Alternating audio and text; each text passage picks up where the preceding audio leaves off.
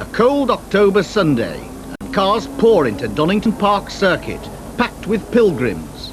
Motor racing fans worshipping at the shrine of just one man. Mansell. Mansell. Nigel Mansell. Well, to see Nigel Mansell, the children want to see him. I'm here to see Nigel Mansell. He's a winner, he's a trier.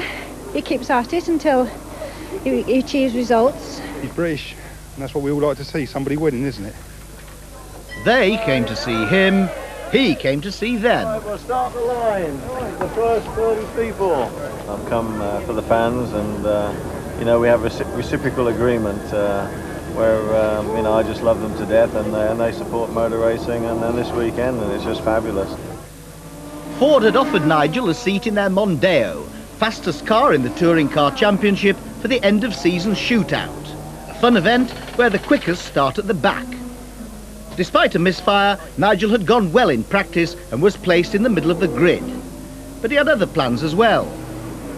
He was to drive a TVR Tuscan in the one-make race and, despite minimal practice, had qualified third fastest. What a great thrill that is. I mean, I think it's a fabulous car that you can go and buy and then come and race safely. And it's a handful, but it's an enjoyable handful. Why are you driving that TVR? Have fun.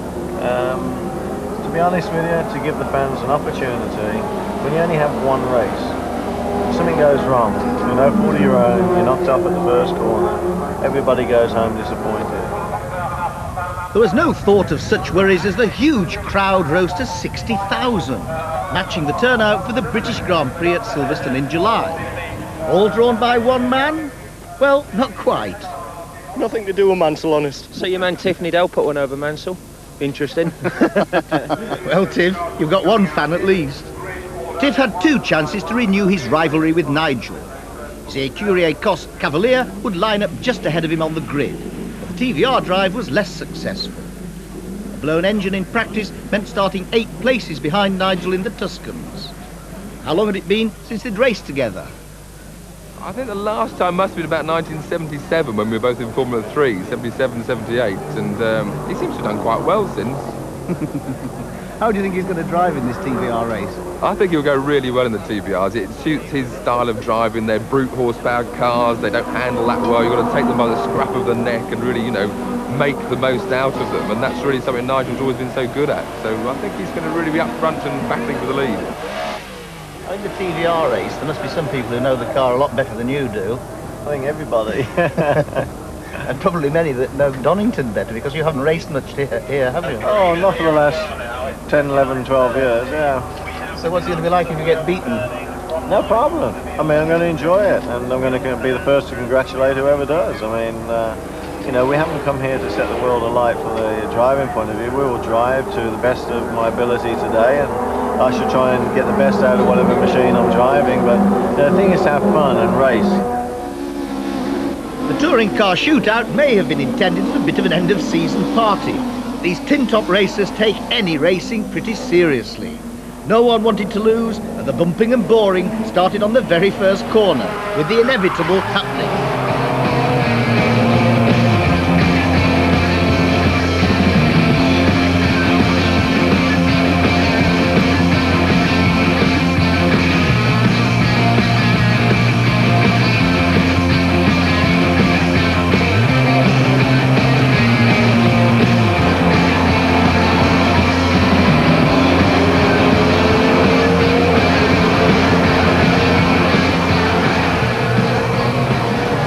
Nigel was enjoying himself, watching all the antics going on about him and learning how the front-wheel drive Mondeo behaved on the limit. It was obviously a different kettle of fish to Formula 1 and Indy cars, and he got somewhat out of shape at the old hairpin, letting Steve Soper's BMW through. But his main problem was being slowed by a dodgy fuel pump, and from lying a lowly 7th, he was pleased that the pace car came out to bunch everyone up and put him back in contention. With 25 laps gone and the engine back on song, Nigel was on a charge and the crowd loved it.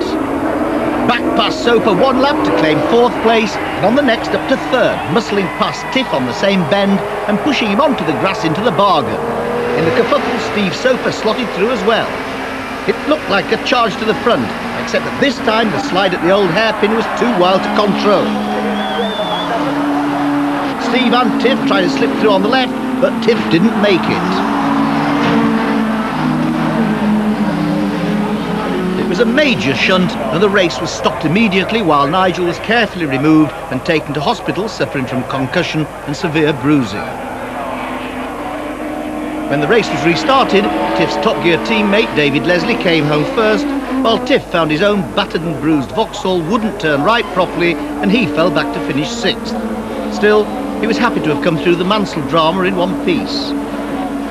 He was on a charge and he dive-bombed me at Redgate. I tried to hold him off. We exchanged wing mirrors and I found myself on the grassy bit while he was still on the tarmac. So Soper got by me as well and we charged down the hill in that or into the old hairpin with Nigel had a Soper and me. And Nigel just went for the big send through the old hairpin, obviously on a charge trying to catch up.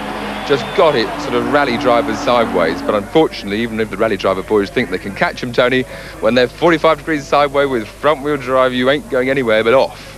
And Steve and I both thought he was going to go straight off to the right, so we went to go by him on his left, and Steve got through, and just then Nigel went this big tank slapper back across in front of me. And I just caught the back of him as I went bouncing through, and that just sort of pitched him even worse into the Starkey's Bridge parapet. It was a big shunt. It wasn't the happy ending the crowd had been hoping for, and it left a hole on the grid for the TVR race. But fortunately, Nigel was able to fly home to Florida the following day, where he later reflected on the incident. I view that this accident was avoidable, and I didn't go off on my own. I want that stated. I was helped off the last bit quite significantly to have the accident of the magnitude I had. And, you know, motor racing is regrettable, and I hold nobody or any parties at fault. But when I saw the other car on film hit me as hard as it did, then it obviously, I understand now why I went off in the manner I did. Tiff, of course, has his own considered reaction to this analysis. Well, I have to say I was rather disappointed to hear Nigel's comments. I went off the racing line and did everything I could to avoid hitting him. But after all, I was there to win the race, and a racing driver always looks to take advantage of other drivers' mistakes. You don't just stop in your tracks as soon as another competitor gets into trouble. Besides, I haven't heard Nigel apologising for ruining my day. Despite all the hoo-ha, Nigel's British fans will be hoping that it doesn't affect his earlier intention to come back and race in Britain again next year. If the fans would like me to come back and race in similar races again next year, we shall try and structure it and do at least one again. They are talking very significant contracts to drive the TVR for Monday. So I mean, it's just such a lucrative deal I can't turn down.